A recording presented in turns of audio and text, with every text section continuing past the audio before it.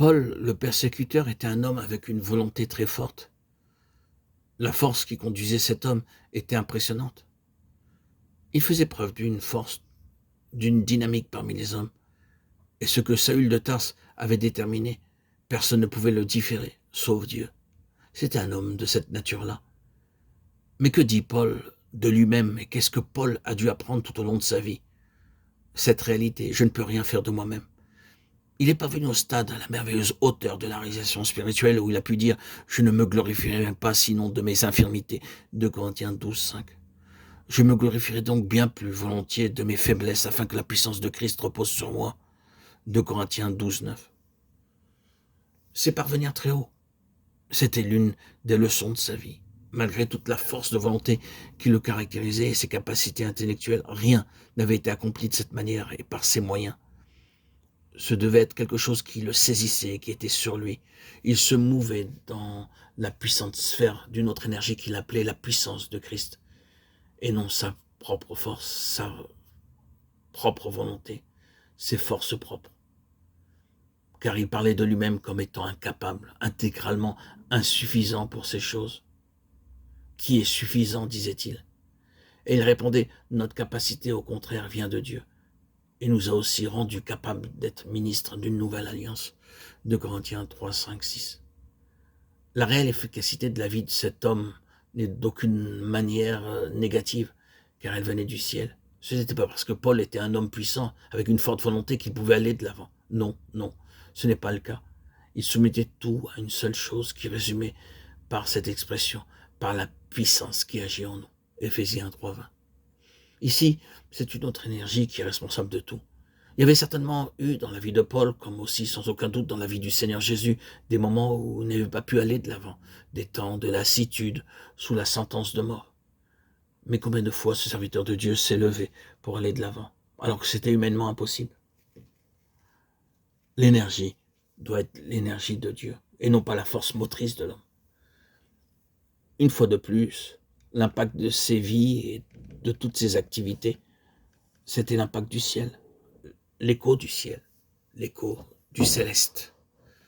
Nous faisons une erreur quand nous attribuons certaines choses au côté naturel des serviteurs de Dieu. Et c'est particulièrement vrai pour ce qui concerne Paul. Nous commettons une grande erreur. Les hommes ont pris l'habitude de parler du merveilleux pouvoir de l'intellect de Paul, de sa capacité de récupération, de survie et de persévérance. Paul peut avoir eu un cerveau merveilleux, mais de ce merveilleux cerveau n'a pas jailli la révélation que nous avons obtenue par lui.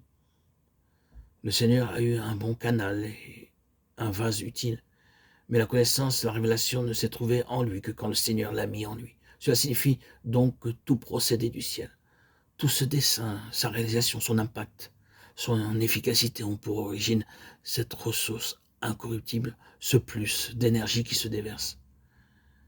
Chers amis, auditeurs, auditrices bien-aimés, remercions Dieu pour cette fontaine inépuisable d'énergie spirituelle.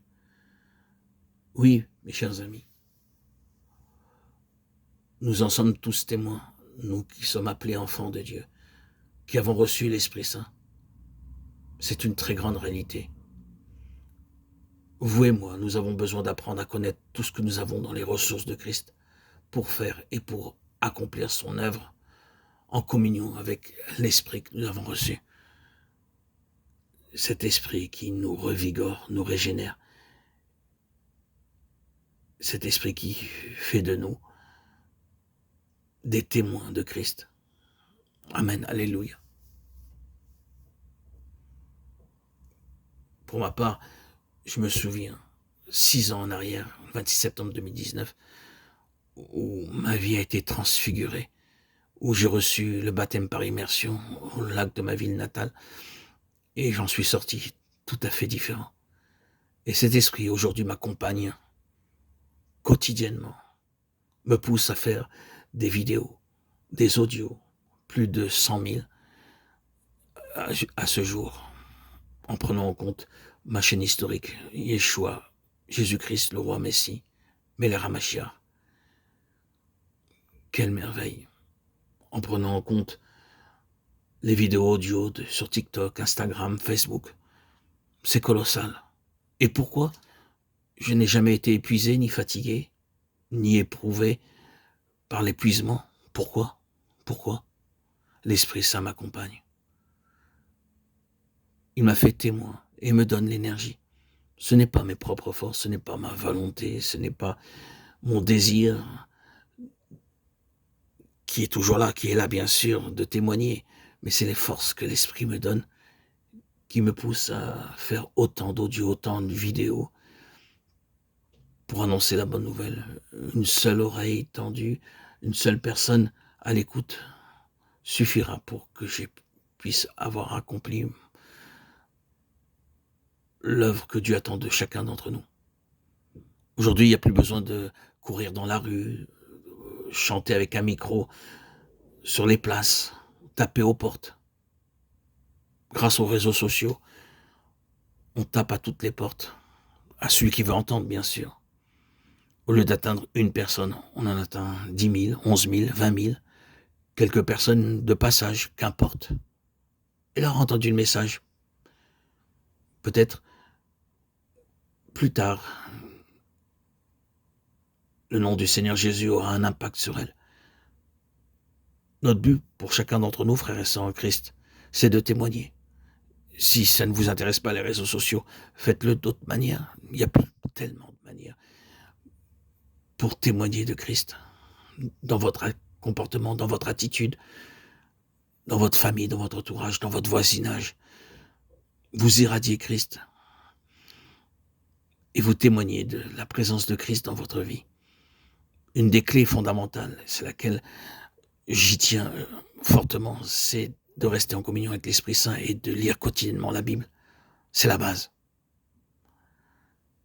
C'est le lien pour rester attaché fortement au cep et recevoir cette énergie divine qu'est l'Esprit Saint, qu'est Christ.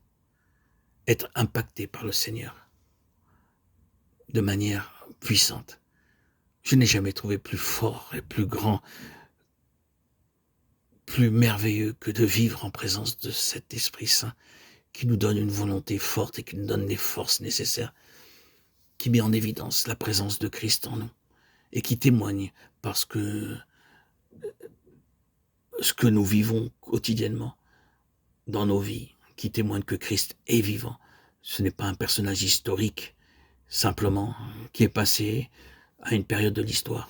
Non, c'est le Christ Dieu vivant qui vient aujourd'hui en nous. Nous sommes tous des petits Christ par l'Esprit Saint que nous avons reçu. Et nous témoignons tous que Christ est vivant. Aujourd'hui, en 2026, et pour tous ceux qui sont encore de nouveau-nés, qui recevront par leur nouvelle naissance l'Esprit Saint en 2030, 2040, 2050, jusqu'à la fin des temps. Dieu est éternel au-delà des temps et des dates. Recevoir l'Esprit Saint, c'est qui procède du ciel, c'est recevoir la nouvelle alliance, c'est recevoir Christ, c'est devenir serviteur de Dieu, c'est agir par cette force motrice qu'est l'Esprit Saint quotidiennement pour témoigner, pour annoncer la bonne nouvelle du salut. Christ vivant dans tous les cœurs qui lui sont disponibles. Es-tu prêt à accepter Christ dans ta vie? Dis-le, demande-lui, agenouille-toi, demande à ce qu'il à le recevoir. Il se faut s'agenouiller en signe de soumission, d'obéissance. Il faut confesser ses péchés au Seigneur et lui demander pardon pour tes péchés et ainsi lui demander de recevoir l'Esprit Saint. Il te le donnera. Ton cœur est prêt, ton cœur est disponible, il te le donnera. Moi, je ne connaissais rien de ce qu'était l'Esprit Saint.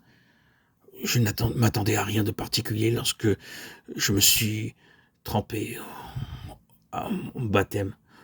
Je savais que j'allais recevoir l'Esprit Saint, je savais que j'allais recevoir Christ, mais j'étais loin d'imaginer ce qu'était vivre Christ, vivre de sa présence. Ce fut un véritable miracle.